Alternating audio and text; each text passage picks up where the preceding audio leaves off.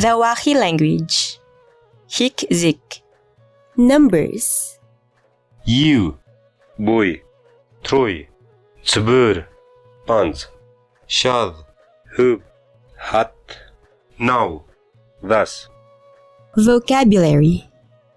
Domod, Dai, Veid, Veidzman, Zakvrut, Zakhui, Jmat, Lup Vrut, Luphui, Mirdina, Nan, Nung, Odam, Petr, Stech, Shohar, Tat, Vrut, Halg, Hui, Huinan, Zman, Shabslom, Rost, Heu, Shabash, Streffen, Zachm, Prchot, Ustur, Shu, Ajdar, Frishta, Gish, Thin, Glovi, Gurshun, Shkdo, Het, Jushk, Krzepch, Livorch, Magz, Nachtir, Tota, Thot, Shtsivnkuzk, Azod, Prut, Scholch, Dracht,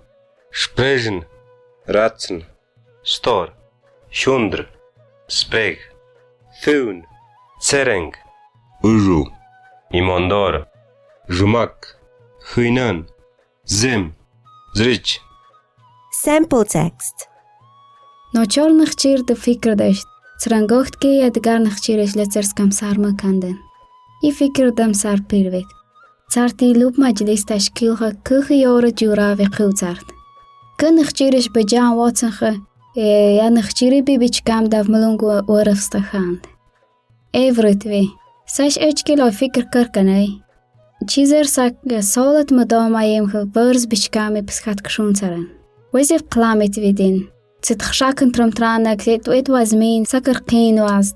Tum solet madam tum nchirish ke etrangintu. Wezif sakots in de gar. Dine ti klam. Yadgar nchirish tayin tsarenki yawin bichkam nas. Yaw shkur shukhus kanden ge ya nchiri bichkamer jobranden. Ayand tinkhun ki bichkam tu, tut kholi khate kuchter khate ki spo bichkam achshroi. Spo zib de spo bichkamen.